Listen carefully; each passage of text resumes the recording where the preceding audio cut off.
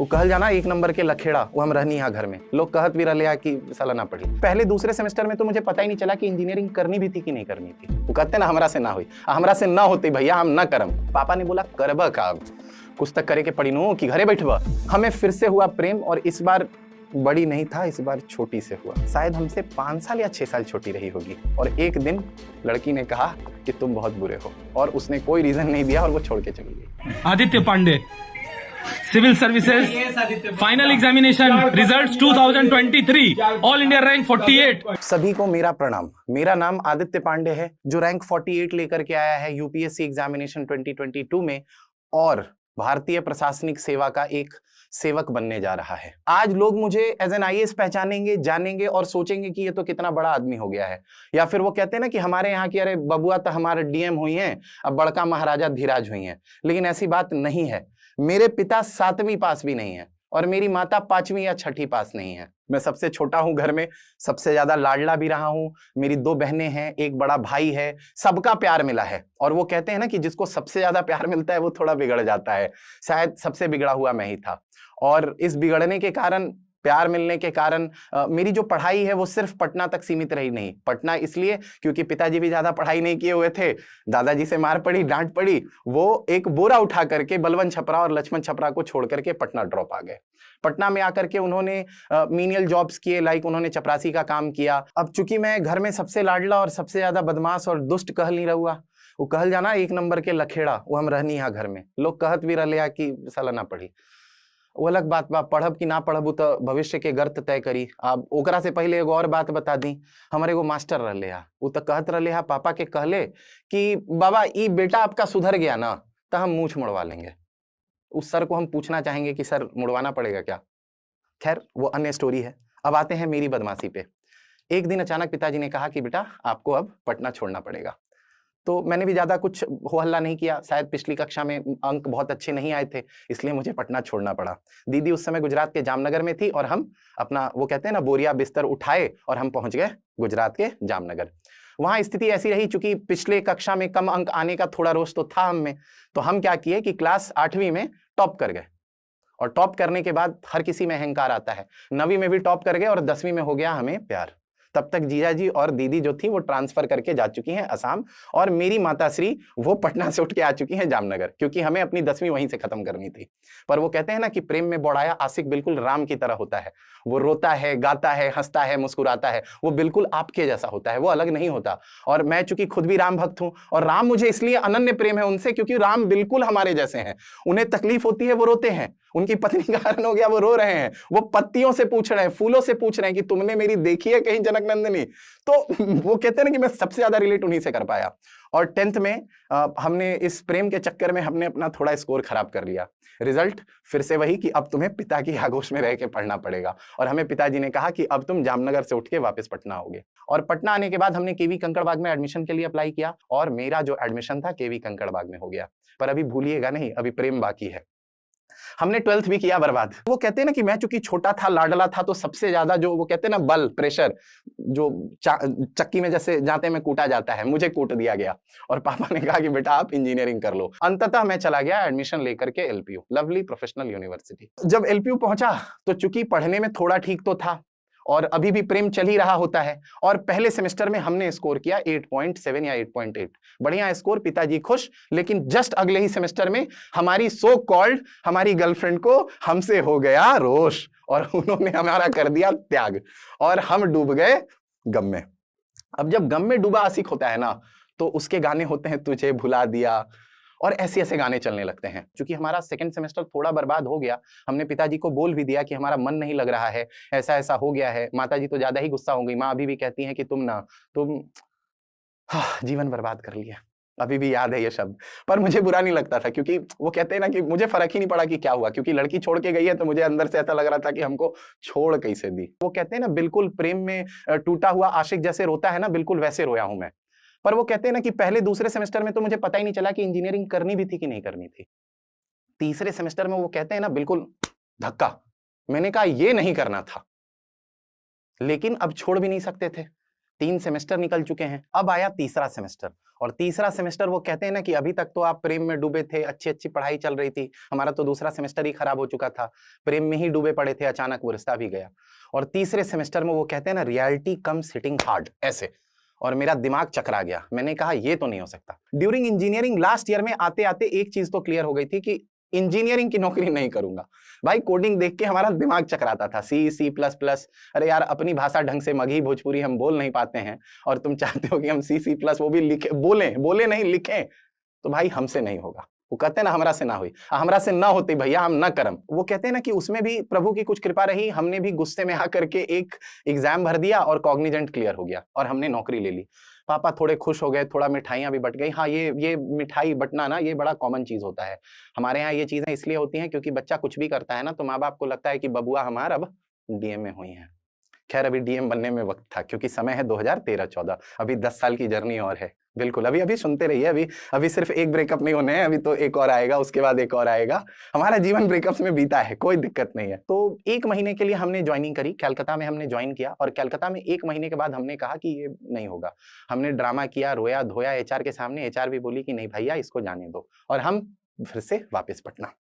पापा ने बोला करब का, अब कुछ तक करे के पड़ी नो कि घरे बैठब।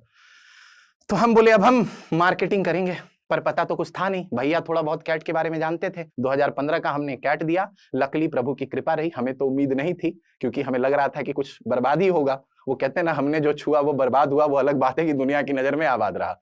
तो हमने कैट क्लियर किया, 95 परसेंटाइल के करीब मेरे आए थे। अब तक हम 90-95 किलो के भी हो चुके हैं। अब हम पहुंचे IIT रुड़की।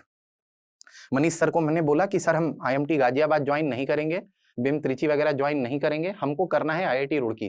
फीस कम थी, चले गए। और पहले प्रेम के बाद दूसरा प्रेम।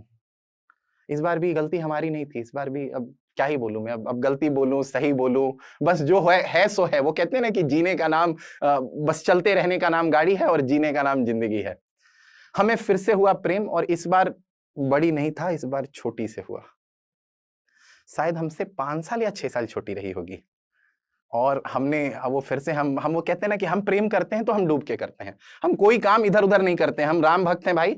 हम जो काम करते हैं पूरी श्रद्धा से करते हैं। प्रेम भी किया तो डूब के किया, वो बनारसिया वाला चंदन वाला प्रेम नहीं। हम बिल्कुल पाने की उम्मीद से करते हैं और पा के भी रहते हैं। अलग बात है प्रेम में हर बार फेल होते हैं।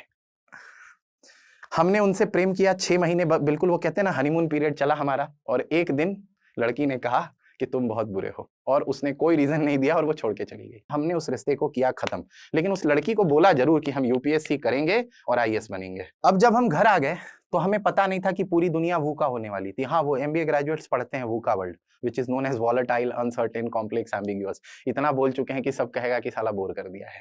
लेकिन दुनिया अभी 3 महीने में बिल्कुल कोविड को फेस करने वाली थी, और हम नौकरी छोड़ के आ रहे थे। पूरे मोहल्ले वालों को तो ये लगा कि शायद वर्क फ्रॉम होम कर रहा है लौंडा। तो उस समय तो इज्जत बढ़िया आई कि वाह, पंडित जी का जो बेटवा है ना बढ़िया कमा रहा है, कुछ तो करा है, बढ़िया करा है। पहले भी बढ़िया करते हैं, अभी वो बढ़िया करा है। लेकिन 1-1.5 साल के बाद जब हमने 2022 का अटेम्प्ट दिया, चूंकि हमारे पास समय कम था, मात्र 6 महीने 7 महीने का वक्त था हमारे पास, और हम वो कहते हैं ना बिल्कुल शटर्ड, बिल्कुल टूट जाना यार। हम तो मतलब बह गए, पिघल गए, पूरा मतलब खत्म ही हो गए। लेकिन चूंकि पहले से पता था कि भाई इस बार तो पढ़ाई नहीं हुई है, तो पापा ने भी कहा कि अरे तू पढ़ ही ना बाड़ा तक कहां से क्लियर हुई, पढ़बा तब न होई, करबा तब न होई। तो हम कहे कि बात तो सही है। और ये बोलने के बाद हम लग गए अपने फिर से कोरियन ड्रामा में। हमने कहा 2-4 दिन का रेस्ट लेंगे, उसके बाद होगी पढ़ाई शुरू। और अभी आपको ये भी नहीं पता कि साला स्कोर का गैप कितना है, प्रीलिम्स कितने से फेल किए हो, बस इतना पता है कि फेल हो गए हो, ठीक है। अब 2020 का रिजल्ट आता है तब जब 2021 का प्रीलिम्स लिखने जा रहे हो, और हम बिल्कुल तैयार कि इस बार तो फोड़ेंगे। काहे कि पढ़ चुके हैं, बेसिक स्टैंडर्ड्स बुक वगैरह दोस्तों से जान चुके थे, सीमा थी वो भी थोड़ा बहुत बता चुकी थी, और हमने तैयारी में लग गए थे। हमने कहा इस बार फोड़ेंगे। रिजल्ट आने के बाद पता चलता है कि 25 नंबर का गैप था, और मात्र 5 या 7 दिन बाद प्रीलिम्स 2021 देना था। और इस बार तो हम बिल्कुल वो कहते हैं ना कि पूरे जी जान से देकर के आए, और इस बार फिर रिजल्ट आता है 1 महीने बाद, और हम हो गए फेल। ये जो वक्त था ना, ये थोड़ा मेरे लिए चैलेंजिंग था, क्योंकि जब हम नौकरी छोड़ के आए थे ना, टू बी वेरी फेयर, हम सोचे नहीं थे कि 4 साल लगेगा। 28 में नौकरी छोड़ना, मात्र 4 अटेम्प्ट, 28, 29, 30, 31। हमको 32 भी करना था, लेकिन थोड़ा वो कहते हैं ना कि अब कुछ संयोग ऐसा रहा कि मार्च में पैदा हो गए। यूपीएससी कमीशन का कुछ रोल है कि भैया अगस्त तक तुमको जाना है, तो अब नहीं जा पाए। अब क्या करें, 32 वाला अटेम्प्ट नहीं था, तो 4 अटेम्प्ट थे। अब 4 अटेम्प्ट में से 2 अटेम्प्ट तो बाबू हम, वो कहते हैं ना एकदम मिट्टी में मिल जाना, कुछ ऐसा हालत हो गया था। और हम जा चुके थे सेल्फ डाउट में, थोड़ा तो सेल्फ डाउट अकर हो चुका था। पापा से हम बोले कि ये थोड़ा दिक्कत तो है। पापा बोले मेहनत तो करता ही बाड़ा, कोई बात नहीं खेबा, अब कर ला, हो जाई, दिल्ली उल्ली जाए के मन बात है, चल जा। तब तक लोगों को कोरोना का इंपैक्ट थोड़ा कम हो चुका था, लोग अपने अपने वर्क फ्रॉम होम से वर्क फ्रॉम ऑफिस हो चुके थे, चेंज हो चुका था। थोड़ा बहुत Twitter, Jack Dorsey, Elon Musk का भी ड्रामा शुरू हो चुका था। उस समय बहुत सारे देश में भी कुछ उथल पुथल हो रही थी, लेकिन हमारे जीवन में भी उथल पुथल आना था। क्योंकि पहले जो लोग मेरे घर वाले, मोहल्ले वाले ये कहते थे कि लड़कवा कुछ करा है, अब कह रहे हैं कि लड़कवा बिगड़ गई है, साला पढ़वे न करा है, लफुआ ही एक नंबर के, बड़का लफुआ, वो कहते ना एकदम मतलब बह गई है। और उस दौरान जब मैं विचलित हुआ तो मुझे लगा कि अब किसी एक ऐसे मेंटोर की जरूरत है जो मुझे मेरी गलतियां बता सके। क्योंकि मैंने पढ़ाई तो कर ली है, जीएस खुद से पढ़ाई की थी, ऑप्शनल के लिए एक मित्रा सर है, मैंने वहां पे ज्वाइन कर लिया था फिलॉसफी, लेकिन ये तकलीफ शुरू हो गई कि अब मैं करूं क्या। तो एक मेंटोर नीड हुआ मुझे, और वो मेंटोर के तौर पर मैंने बात की सिविल्स डेली में, क्योंकि वो भी एक रैंडम कॉल था, वो रिस्क था पूरा, क्योंकि मुझे पता ही नहीं था। किसी ने कहा कि सिविल्स डेली वाली अभी नई टीम है, तुम ज्वाइन करके देख लो, शायद तुम्हारा भला हो जाए। और हमने रिस्क पे लगा दिया 50,000 रुपए। और मैंने अपने मेंटोर से पहली ही बात कही कि सुनो, तुम ना बस प्रीलिम्स मेरा क्लियर करवा दो, मेंस और इंटरव्यू हम देख लेंगे। और वहां से हमने और मेरे मेंटोर्स ने अपनी गलतियों पे काम करना शुरू किया, और उस चीज को हमने बिल्कुल, वो कहते हैं ना फलीभूत करना, हमने फलीभूत किया। और हमारा रिजल्ट इस बार यूपीएससी 2022 का, उसके जस्ट पहले जब आया 2021 का, तो श्रुति मैम ने टॉप किया और हमें पता चला कि हम मात्र 2.5 नंबर से पिछड़े थे। अब सोचो, हम अपनी जर्नी 25 से 2.5 पे लेके आ चुके हैं। और वो कहते हैं ना कि फेलियर में भी एक अलग मोटिवेशन, वो हमें मिल चुका था। और हमने कहा इस बार गलती नहीं होगी, इस बार हम आर नहीं हैं, पार हैं। और इस बार वही हुआ, हम अपने मेंटोर के हेल्प से इस बार पार हुए और हम प्रीलिम्स क्वालिफाई कर गए। मेंटोर ने कहा कि आदित्य, हमने अपनी बात पूरी करवा ली, अब आप मेंस और इंटरव्यू देख लो। मेंस भी हमारा क्लियर हो गया, भगवत कृपा रही, हमने थोड़ा बहुत पढ़ लिया था, अच्छे से पढ़ा था, मेहनत की, क्लियर हो गया। अब आते हैं इंटरव्यू में। अभी तक तो आपको समझ में आ ही गया होगा कि लौंडा है पूरा ब्लंट, जो कोई वो कहते हैं ना लोक लपाक वाली बात नहीं है, जो गलत है तो गलत है भैया।